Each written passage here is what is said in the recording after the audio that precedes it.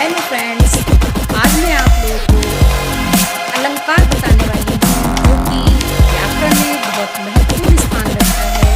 Everyone, कैसे हैं सब हमारी YouTube फैमिली, हमारे स्टूडेंट्स। तो सबसे पहले मैं ये बताना चाहूंगी कि मैंने समास को बहुत अच्छे से, जैसा भी किसी ने डिमांड की वैसा मैंने एक्सप्लेन करके बताया। तो आई होप आप लोगों ने समास वाली वीडियो देखी होगी और उसके बहुत अच्छे व्यूज भी आए। और हमारी एक यूट्यूबर हैं ग्रो विद गुंजन, तो उनका रिक्वेस्ट था कि मैम प्लीज क्लास 9 के लिए अलंकार भी बता दीजिए। तो आज मैं उन्हीं की रिक्वेस्ट पे ये वीडियो बना रही हूँ। वैसे तो मुझे अलंकार बताना था, लेकिन अलंकार अभी और रुक के बताती, पहले संधि बताने का मूड था, लेकिन अब मैं पहले अलंकार बता रही हूँ। तो जो मैं आजकल बता रही हूँ यानी कि समास 8, 9 के लिए है और बाकी सारे कॉम्पिटिटिव एग्जाम के लिए भी है, क्योंकि मैंने समास बहुत अच्छे से डीपली एक्सप्लेन किया था। और अलंकार भी आज मैं ऐसे ही करने वाली हूँ। 8th और 9th के लायक तो बताऊंगी ही, साथ में अगर कोई कंपटीशन के लिए तैयारी कर रहा है उसके लिए भी अलंकार बहुत ज्यादा यूजफुल है। तो समय ना गवाते हुए हम अपनी पढ़ाई स्टार्ट करते हैं। है क्या, बचपन से पढ़ते चले आ रहे हैं। अलंकार माने गहना, अलंकार माने जेवर। तो कैसे जेवर, कैसा गहना? अलंकार का मतलब क्या होता है? अलम प्लस कार। तो अलम माने क्या हुआ? शोभा या सजावट, और कार माने करने वाला। तो क्लियर हो गया होगा कि शोभा को बढ़ाने वाला या शोभा को सजावट करने वाले को अलंकार कहते हैं। तो यहाँ अलंकार काव्य के लिए प्रयुक्त हुआ है। जैसे मनुष्य या स्त्री अपनी शोभा बढ़ाने के लिए अलंकार को इस्तेमाल करती है, नए नए अच्छे अच्छे गहने पहनती, वैसे ही काव्य में काव्य की शोभा को बढ़ाने के लिए अलंकार का प्रयोग होता है। ठीक है, काव्य को सजाने वाले को अलंकार कहते हैं। अलंकार शब्द और अर्थ के माध्यम से कविता को आकर्षक रूप देता है। कविता में चमत्कार भी कितने तरीके से होते हैं? 2 तरीके से होते हैं, एक शब्द के अनुसार और एक अर्थ के अनुसार। ठीक है, तो आते हैं अलंकार के भेदों पर। कितनी तरीके से कविता में सौंदर्य होता है? शब्दों के प्रयोग के द्वारा और अर्थ सौंदर्य के द्वारा। ठीक है, तो ये तो ज्यादातर लोगों को सबको पता ही होगा। अलंकार के भेद शब्दालंकार और अर्थालंकार, ये 2 होते हैं। 2 तो सबको पता है और ये 2 आपके 8th क्लास में भी हैं और 9th क्लास में भी हैं। इनके अलावा एक तीसरा अलंकार होता है उभयालंकार। तो शब्द अलंकार क्या है? शब्द के द्वारा किसी कथन में चमत्कार या सौंदर्य या प्रभाव लाना। शब्दों के द्वारा, शब्दों के माध्यम से काव्य में चमत्कार या सौंदर्य को लाना क्या कहलाता है? शब्दालंकार।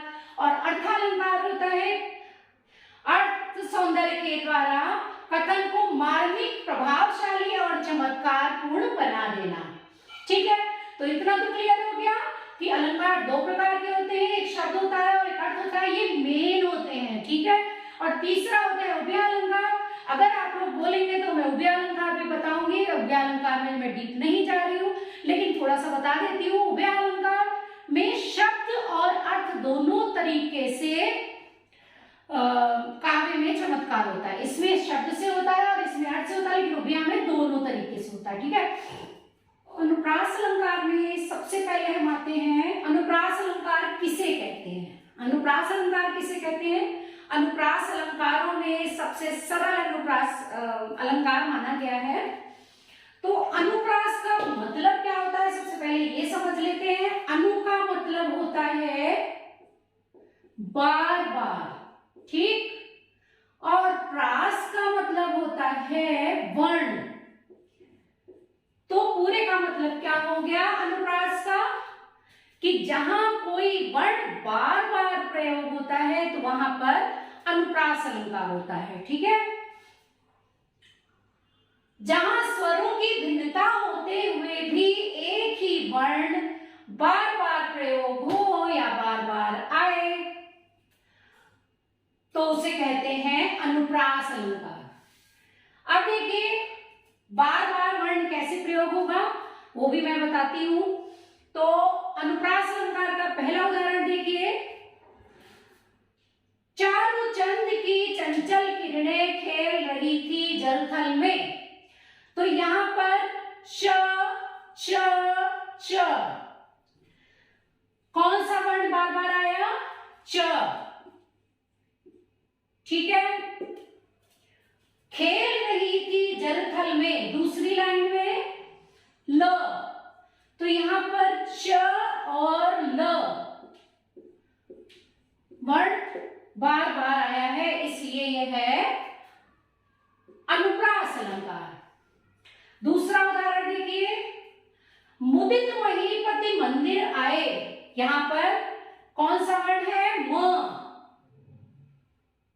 ठीक, तो आपको समझ में आया होगा ये कि बार बार अगर कोई वर्ण आता है तो उसे क्या कहते हैं? अनुप्रास अलंकार। अनुप्रास अलंकार बहुत सरल है, बस आपको इतना देखना है। लेकिन अनुप्रास के 5 भेद भी होते हैं और वो भेद आपके 8th और 9th में तो नहीं आएंगे, लेकिन आगे अगर अलंकार के बारे में आप ज्यादा से ज्यादा समझना चाहते हैं तो मैं वो भेद भी आपको अभी बता दूंगी, कैसे कैसे कौन से भेद होते हैं। पर जो छोटी क्लास के बच्चे हैं वो ज्यादा कंफ्यूज ना हो, तो उनको बस इतना ही पता होना चाहिए कि कोई भी वर्ण अगर बार बार आ रहा है, अंत में आ रहा है, बीच में आ रहा है, शुरू में आ रहा है, तो वो अनुप्रास अलंकार ही होगा। लेकिन आगे चल के ये अनुप्रास अलंकार के 5 भेद होते हैं, वो कैसे होते हैं वो भी मैं आपको साथ ही साथ बता दूंगी, नहीं तो अलंकार दोबारा बताना पड़ेगा। अच्छा, एक बात और है, मेरे पास 2-3 लोगों ने ये बोला कि बोर्ड में थोड़ा सा बड़ा लिखा करिए। तो अगर आपको समझ में नहीं आ रहा, कहीं कोई कंफ्यूजन है, मेरे अक्षर छोटे हैं या मेरी वॉइस स्लो है, तो आप प्लीज हमें कमेंट्स बॉक्स में कमेंट्स लिख के जरूर बता दीजिएगा, जिससे मैं इंप्रूव करने की कोशिश करूंगी। अनुप्रास अलंकार के मैं 5 भेद आपको बता दूंगी। वैसे ये भेद आपकी नॉलेज के लिए है, क्योंकि हिंदी तो एक ऐसा सब्जेक्ट है कि जितनी ज्यादा नॉलेज गेन कर लो उतना ही कम है। तो अनुप्रास अलंकार के भेद देख लीजिए, अच्छा लगेगा आप लोगों को, क्योंकि कई लोग तो ये भेद जानते हैं और कई लोग इनके बारे में नहीं जानते हैं।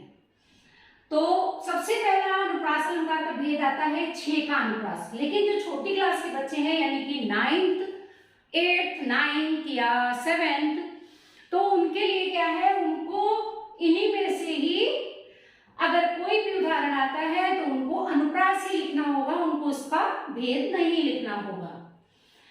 तो सबसे पहला आता है 6 का अनुप्रास। 6 का माने होता है चतुर। ठीक है, जहां एक वर्ण बार बार आए उसको कहते हैं 6 का अनुप्रास। जैसे रहीमन रहीला की भली, तो यहां कौन सा वर्ण आया? र। या रघुपति राघव राजा राम। फिर से मैं बता रही हूं, बिलो 9th क्लास या 9th क्लास, उसमें इनको डिफाइन करने की जरूरत नहीं है। अगर इनमें से कोई भी उदाहरण आता है तो आप लोग अनुप्रास लिखोगे तब भी वो सही माना जाएगा। ठीक है, फिर आता है नेक्स्ट वृत्त्यानुप्रास। वृत्त्या, वृत्त माने क्या होता है? मैंने आपको पहले भी बताया था, वृत्त माने वृत्त, गोला, यानी कि बार बार बार बार आए। ठीक, तो क्या है, एक वर्ण एक से अधिक बार आए तो वो होता है वृत्त्यालंकार। जैसे तरन तनुजा तट तमाल तरुवर बहु छाए।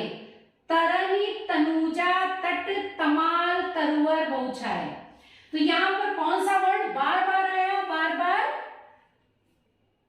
त वर्ण। ठीक है, तीसरा अनुप्रास का भेद है लाटा अनुप्रास।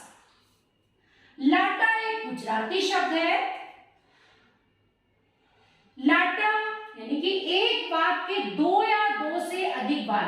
अब समझिए, यहां वर्ण नहीं है, यहां वाक्य है। एक बार, एक से ज्यादा बार पूरा वाक्य आता है तब वो होता है लाटा। लाटानुप्रास, ठीक है। जैसे हमको लिख्यो है कहा, दूसरी बार हमको लिख्यो है कहा, तीसरी बार हमको लिख्यो है कहा। कहन सबे लागी, तो आपको इस पूरी वाक्य से समझ में आ गया होगा कि कहाँ का वर्णन है।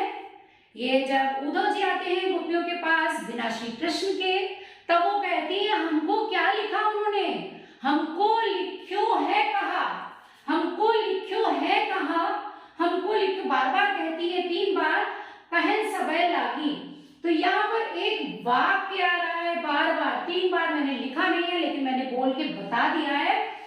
तो यहाँ पर पूरा वाक्य 3 बार आया है, इसलिए यह है लाटानुप्रास। चौथा है तुम्हारा श्रुत्यानुप्रास। श्रुति माने क्या होता है, सुनना।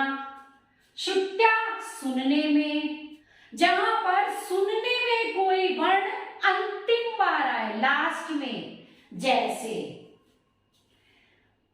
कहत नटत रीझत खीजत, यहां पर देखिए अंतिम में आ रहा है, कहत नटत रीझत खीजत ताया। तो यहां पर सुनने में आपको क्या अपने आप पता चल रहा है, कहत नटत रीझत, तो यहाँ पर त वर्ण की आवृत्ति बार बार हुई है, लेकिन अंतिम में हुई है। तो ये जैसे एक और उदाहरण बता देती हूँ, याद आ गया मुझे। चोरटी है, गोरटी है, छोरटी है, हीर की, यहाँ पर टा वर्ण है बार बार, तो ये भी क्या होगा, श्रुत्यानुप्रास अलंकार। और अंत में अंत्यानुप्रास। अब देखिए यहाँ ऊपर से नीचे तक कोई वर्ण बार बार नहीं आया, लेकिन मैंने आपसे क्या कहा, अंत में अंतिम वर्ण समान हो। ये देखिए, ये है आपका अंतिम वर्ण। तो नाथ समुद्र भंजनी हारा, हुई है कोविक दास तुम्हारा। यहाँ पर अंतिम वर्ण है।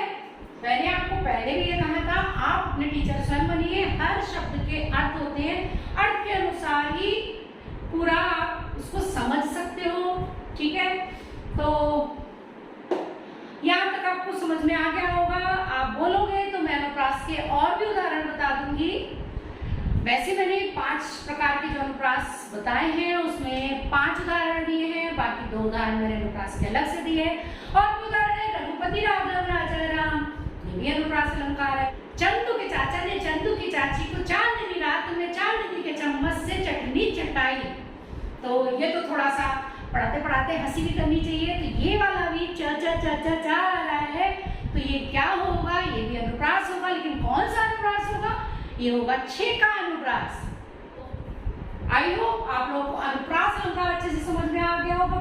लेकिन फिर भी अगर कोई डाउट है अनुप्रास अलंकार में, तो आप कमेंट्स बॉक्स में पूछ सकते हैं। Thank you so much.